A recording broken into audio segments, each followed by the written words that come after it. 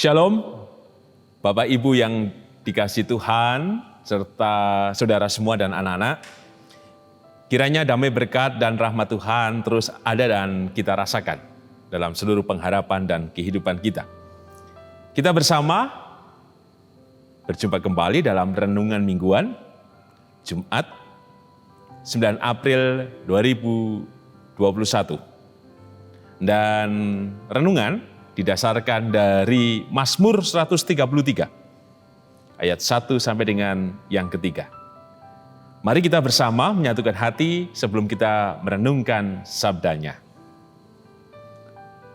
Bapa dalam sorga, kasih dan terang-Mu begitu indah, sehingga kehidupan kami senantiasa ada dalam rahmat dan berkat-Mu yang memulihkan, menyegarkan tubuh jiwa roh kami. Bahkan kekuatan-Mu lah yang menopang dan membangkitkan kami untuk terus merayakan kehidupan dengan penuh semangat, sehingga kami senantiasa memiliki masa depan dan memiliki pengharapan yang kuat di dalam-Mu. Maka kebenaran-Mu yang hendak kami renungkan bersama, kiranya memampukan kami memandang dan mendasari semua kehidupan kami pada cara dan kebenaran yang Kau ajarkan kepada kami. Sehingga yang indah dan baik itu terjadi dalam hidup kami, khususnya ketika kami menjalin relasi dengan yang lain, dalam semangat hidup rukun. Berfirmanlah ya Tuhan, kami siap mendengarkannya, dan mohon ampun atas setiap dosa pelanggaran kami. Di dalam-Mu ya Tuhan Yesus, sang sumber kehidupan dan keselamatan, kami naikkan doa ini dengan syukur, dengan percaya dan berserah. Amin. Mazmur 133, ayat 1 sampai dengan yang ketiga. Demikian sabda Tuhan. Persaudaraan yang rukun. Nyanyian Syiarah Daud. Sungguh alangkah baiknya dan indahnya apabila saudara-saudara diam bersama dengan rukun. Seperti minyak yang baik di atas kepala meleleh ke janggut, yang meleleh ke janggut Harun dan ke leher jubahnya. Seperti embun gunung Hermon yang turun ke atas gunung-gunung Sion. Sebab kesanalah Tuhan memerintahkan berkat, kehidupan untuk selama-lamanya. Berbahagia kita yang merenungkan sabdanya, berbahagialah kita yang percaya, haleluya, amin. Bapak, Ibu, Saudara, dan anak-anak yang dikasihi Tuhan, Renungan Mingguan Jumat 9 April 2021 diberi judul Rukun Salawase. Kita sering mendengar pepatah Jawa, rukun agawe sentosa, cerah agawe bubrah. Rukun membuat semua menjadi sentosa, jadi baik, kokoh, dan tertata. Tetapi cerah atau bertengkar membuat rusak semuanya. Sikap hidup rukun, menurut Romo Frans Magnisius Seno dan Pendeta Yusak Tridarmanto, dibarengi pula dengan sikap hormat. Jadi rukun dan hormat ini dua hal yang bersanding dan berdamping. Rukun dan hormat menjadikan kita bisa bertenggang rasa, tepo seliro, toleransi, duwe unggah-ungguh, beretika, dan kita bisa gotong royong dan lain sebagainya. Namun sekarang tidak mudah untuk mewujudkan itu. Karena situasi berubah, ada kemajuan teknologi yang kadang membuat berjarak antar sesama, tidak ada komunikasi secara intensif atau tatap muka secara langsung. Juga ada pengaruh budaya lain dalam arus globalisasi, ada kompleksitas persoalan dan lain sebagainya. Buktinya apa? Di media, kasus perceraian juga terus meningkat. Ada informasi dan berita yang kita terima, seorang anak membunuh ayahnya. Atau seorang ayah menyetubuhi anak kandungnya. Anak yang menggugat orang tuanya gara-gara soal warisan, atau kemudian konflik antar tetangga sehingga membangun tembok agar tetangga yang berkonflik dengan dirinya tidak dengan mudah mengakses jalan. Dan mungkin saja kita juga mengalami, merasakan, atau mungkin saja kita pelakunya. Kita merasa bahwa kita bersama dengan yang lain tidak merasa damai, tidak tenang, karena kita mengelola bukan yang rukun dan hormat itu, tetapi pilihan yang lain yang justru membuat kita sering berkonflik atau suasana batin kita menjadi tegang. Mazmur 133 menarik untuk kita renungkan. Di ayat pertama, nyanyian Ziarah Daud. Sungguh alangkah baiknya dan indahnya. Sungguh menyatakan bahwa hal itu akan terjadi. Bahwa hidup rukun akan membuat semua menjadi baik dan indah. Tentu tanpa penjelasan apapun, kita bisa mengamini. Jika Bapak Ibu antar pasangan hidup rukun, semua dibicarakan dengan baik-baik, dengan terbuka, dengan hormat, saya yakin rumah tangganya juga harmonis. Dan anak-anak juga menerima berkatnya. Karena anak-anak melihat orang tuanya baik-baik saja. Tentu anak-anak juga merasakan hidup dalam keluarga bukan bagaikan neraka tetapi seperti di surga.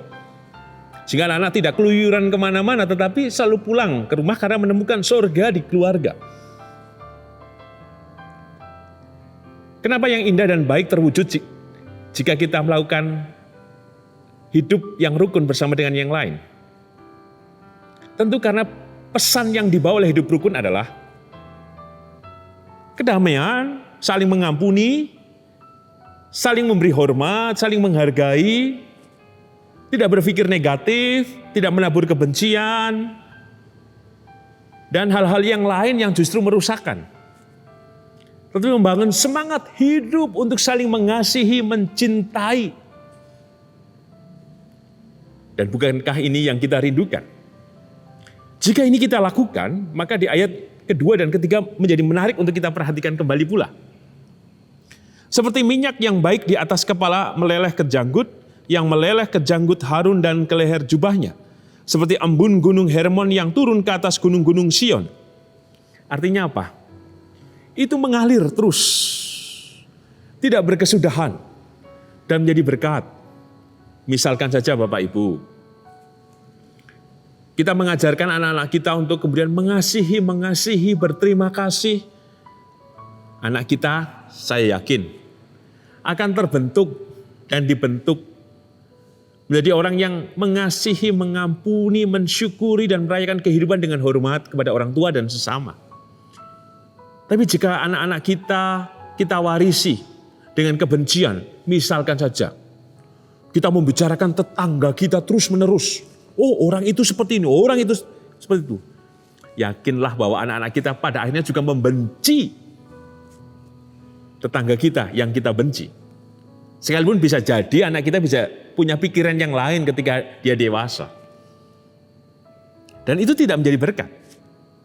Coba saja Bapak Ibu, yang dibangun setiap hari adalah syukur, terima kasih, penghargaan, hormat, mengasihi, mengampuni. Suasana batin kita menjadi enak, menjadi tenang. Tapi yang kita bangun jika kemudian hanya soal-soal konflik, membicarakan yang lain dan lain sebagainya, suasana batin kita tidak enak. Bahkan tidak berdampak apapun. Maka, apa yang harus kita lakukan?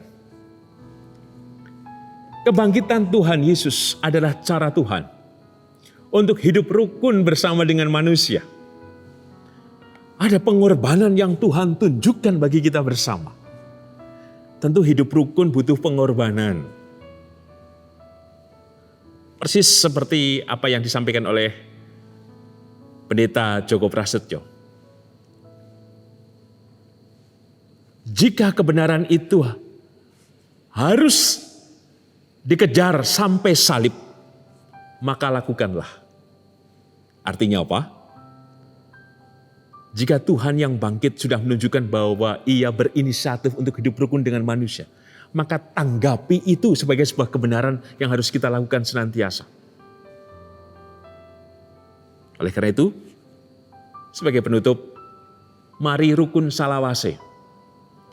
Bukan saate atau wayahe lagi gontok-gontokan, menabur kebencian, fitnah dan sebagainya. Saatnya kita menemukan yang baik dan indah. Tuhan menciptakan pada penciptaan yang awal sungguh amat baik karena semuanya baik. Mari tanggapi yang baik yang dari Tuhan dengan rukun salawase. Amin. Bapak, Ibu, Saudara, dan anak-anak, mari kita menyatukan hati di dalam doa. Kami mengucap syukur ya Tuhan akan kebenaran firman-Mu. Kami diteguhkan kembali untuk hidup rukun dengan segenap kehidupan di sekitar kami. Karena yang rukun membawa kami menemukan kebaikan dan keindahan. Kami sadar kami tidak mengupayakan hidup rukun itu dalam kehidupan kami. Bahkan seringkali kami menghamba diri kami sendiri untuk melakukannya. Maka kebenaran firman-Mu hari ini Tuhan meneguhkan kami bahwa jika hidup rukun kami upayakan, maka keindahan kebaikan itu mengalir menjadi berkat yang besar untuk kami dan kehidupan juga seluruh keturunan kami. Oleh karena itu Tuhan, mampukan kami untuk mengampuni, mampukan kami untuk menjalin kehidupan yang lebih baik dengan yang ada bersama dengan kami dan sekitar kami. Mampukan kami menebarkan kabar baik, menebarkan kehidupan yang penuh damai, sukacita, supaya apa yang terjadi dan apa yang kami lakukan, kami juga Tuhan memanen buahnya. Oleh karena itu tolonglah kami Tuhan, mampukan kami untuk melakukannya. Sekalipun itu tidak mudah, tetapi biarlah kami meneladan pada kebangkitan-Mu yang menunjukkan bahwa Engkau Tuhan mau rukun dengan manusia. Sekalipun pula Engkau harus menderita, merendahkan hati. Tetapi Engkau Tuhan mengupayakan pemulihan untuk kehidupan manusia yang baik dan indah itu. Oleh karena itu Tuhan berkati dan tolonglah kami. Demikian juga kami mohon berkat-Mu ya Tuhan Yesus, untuk setiap hamba-hamba-Mu yang dalam keadaan sakit dan pemulihan kesehatan. Satu persatu tolonglah hamba-Mu ini Tuhan, dengan kasih dan kesempurnaan berkat-Mu. Dan juga untuk para hamba-Mu Tuhan yang memasuki masa adiuswo, tolonglah kuatkan dan berkati dengan anugerah dan keselamatan yang dari-Mu. Demikian juga setiap kami Tuhan, hamba-hamba-Mu yang mengalami berbagai persoalan kehidupan, kesulitan hidup, persoalan ekonomi, dalam usaha dan bisnis kami, dan berbagai rupa harapan hidup kami, termasuk kehadiran pasangan hidup, kehadiran putra rumah tangga kami, dan berbagai tekanan-tekanan hidup yang kami alami. Tolonglah kami Tuhan, biarlah kasih, kemurahan, dan kuasa kebangkitan-Mu menolong dan memberkati kami. Kami berdoa juga Tuhan, kami pintakan berkat-Mu ya Tuhan untuk seluruh sahabat dan saudara kami yang mengalami bencana, khususnya di NTT. Kami percaya Tuhan, Engkau memberkati dan menolong setiap korban, dan Engkau juga menggerakkan setiap hamba-hamba-Mu Tuhan untuk membantu saudara-saudara kami di NTT. Demikian juga kami Tuhan di GKJ Sarimulyo. Mampukan kami juga Tuhan bersama-sama mendukung, mendoakan, bahkan berbagi Tuhan untuk meringankan beban mereka Tuhan. Oleh karena itu juga kami berdoa untuk setiap pemimpin bangsa kami, mampukan mereka juga Tuhan secara khusus melakukan tindakan yang tepat dalam upaya tanggap darurat dalam masa bencana di NTT. Kami percaya Tuhan, Engkau menolong pemerintah setiap apa yang mereka kerjakan, dan juga Engkau menolong kami untuk melakukan upaya yang baik, terutama juga dalam mewujudkan hidup rukun. Inilah doa kami ya Tuhan Yesus, yang kami naikkan hanya dalam nama Tuhan kami Yesus Kristus, Sang Sumber kehidupan dan keselamatan. Amin. Tuhan Yesus memberkati Bapak, Ibu, Saudara, dan anak-anak, kini dan sepanjang masa. Amin.